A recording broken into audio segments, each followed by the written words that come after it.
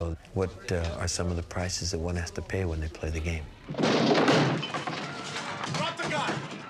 Now! Back up against the wall. Down on your knees, put your hands behind your backs. Now! You know who we are? I know who we are. Yeah. I know who you are. Now breathe. Deep. Breathe. Cut! You all right?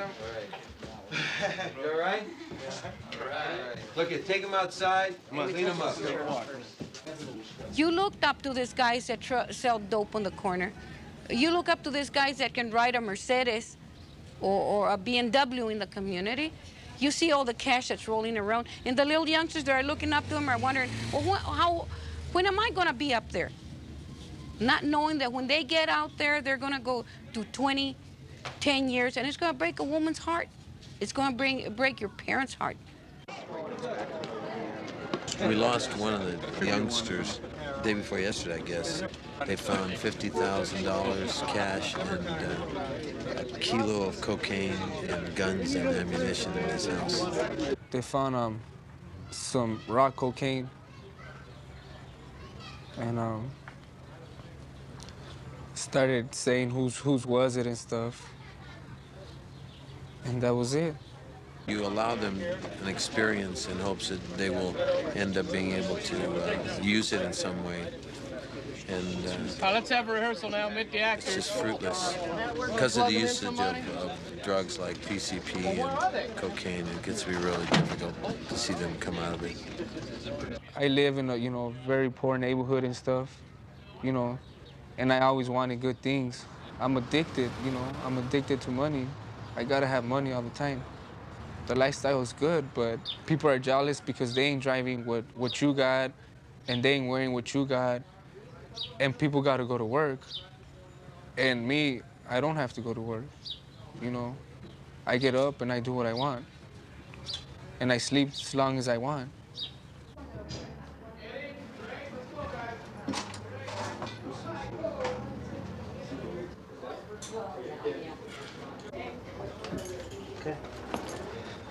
Okay, you ready? Okay, Raimundo. Ana Lizárraga, our gang negotiator, also played a part in the film. You gotta go deal. Okay. And focus back after she goes out. Right. In one of the most stirring scenes, she finds her grandson overdosed on the bathroom floor. Fine, then I'll just scoop it back up. Neto?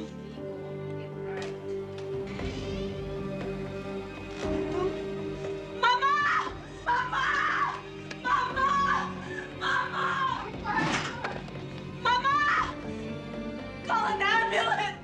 Get me to the hospital! No! What did you do, you stupid shit? Wake up!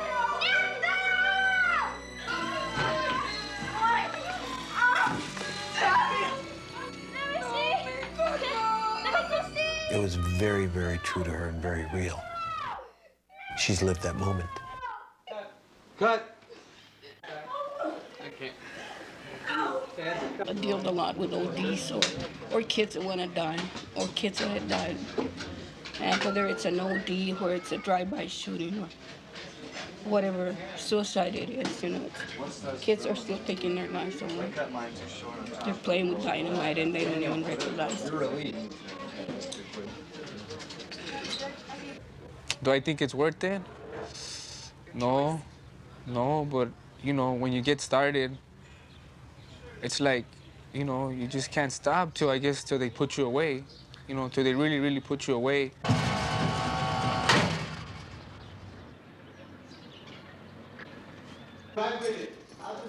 They gave me 4 years.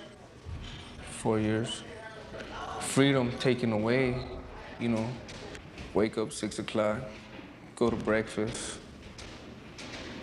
and program day by day. Being at the top, I was always used to, but I could still be at the top when I get out, but I just got to do it legally.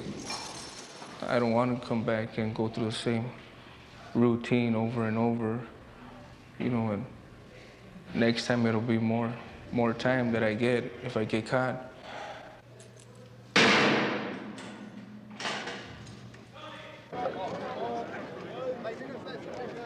Folsom Prison near Sacramento is where a lot of the gang kids wind up. Many spend their entire adult lives behind these walls. That's how it goes with me.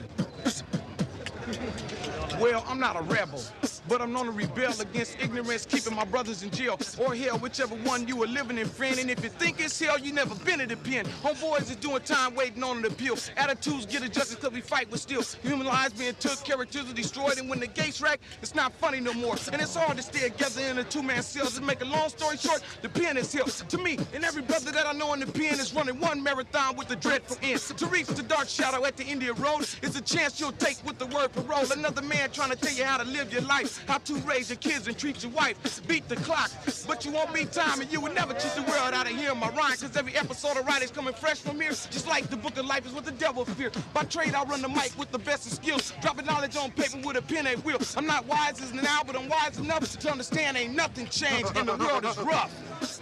Prison's nice, ain't it? Hey, Godfather, what's going on? There's some gangsters right here. There's some real gangsters. Excuse me, fellas. Excuse me. Coming through. I've probably seen a little bit of everything in here. I've seen from sodomy to murder to an inmate hanging to an inmate jumping off the 5th tier because he had a Dear John later. Anything that a human being is capable of doing to another human being, I've probably seen it a time or two in here. Don't cling them. Folsom Prison is a maximum security prison. 1/3 of everybody here is doing some kind of a life sentence. About 1/3 of everybody we've got here is some kind of sex offender. So having all you civilians, 88 civilians, coming in, it's taking a chance. It's taking a big chance. So point you say, go that way. Or you'll say, go up that way. When you go up that way, you go over there and you wait for me, or you wait for the white guy with... We actually convinced the prison to let us use real inmates as extras in many of the scenes. We need you guys to be doing the real thing and not be paying any attention to us. Some of you facing different directions. We're not going to just shoot this way. We're going to move around, inside, coming around, different angles. I don't know what you guys do, you know? It happens. So when it happens, you do it.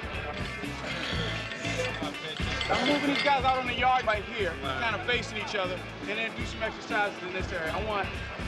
Well, I'm the leader. Leader ain't got exercise. Leader ain't got exercise. Leader just watching.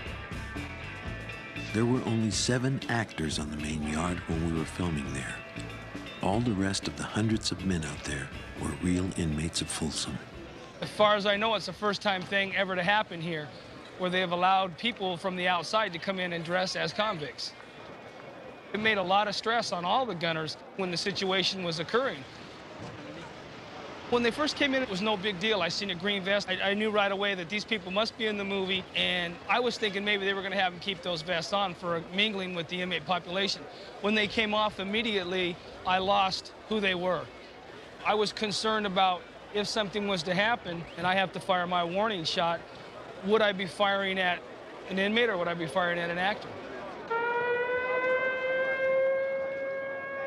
One day while we were filming out in the main yard, the alarms sounded and some guards came running by. A moment later, an inmate was rushed by on a gurney. We had no idea what happened, but we imagined it had been some kind of assault or stabbing. He got hit over the head with a weight pile, like a round weight.